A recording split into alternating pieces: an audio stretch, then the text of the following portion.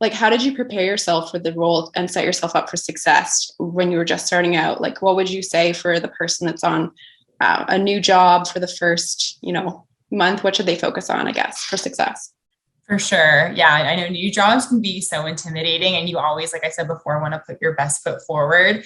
So I think I remember like when I first started, every meeting I was in, I was furiously taking notes for everything people were saying. Even if at the moment it didn't seem applicable or seem like something I needed to know, I still wrote it down because there's nothing worse than when you're in a meeting with someone and they say something to you and then later you're like, hey, can you remind me? Like, of course you can do that here and there, but when you're first starting out, you don't want to be the person kind of bothering other people, asking them questions that they've already kind of given you the answers to.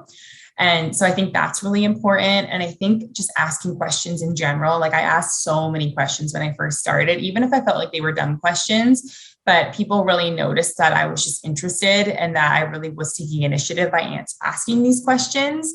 So I think that's really important. And overall, you just kind of want to be like a sponge. You want to soak up as much information as you can from the people around you.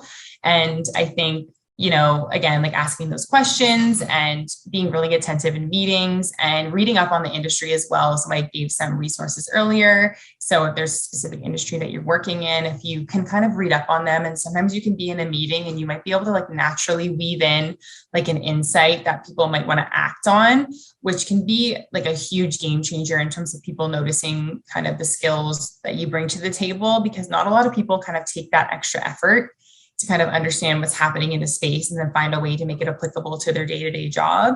So I think that's another huge way that you can help yourself stand out at the very beginning. That's a great tip. Just like being able to bring something new to the table and add perspective, even if you're like in a junior role, that's awesome.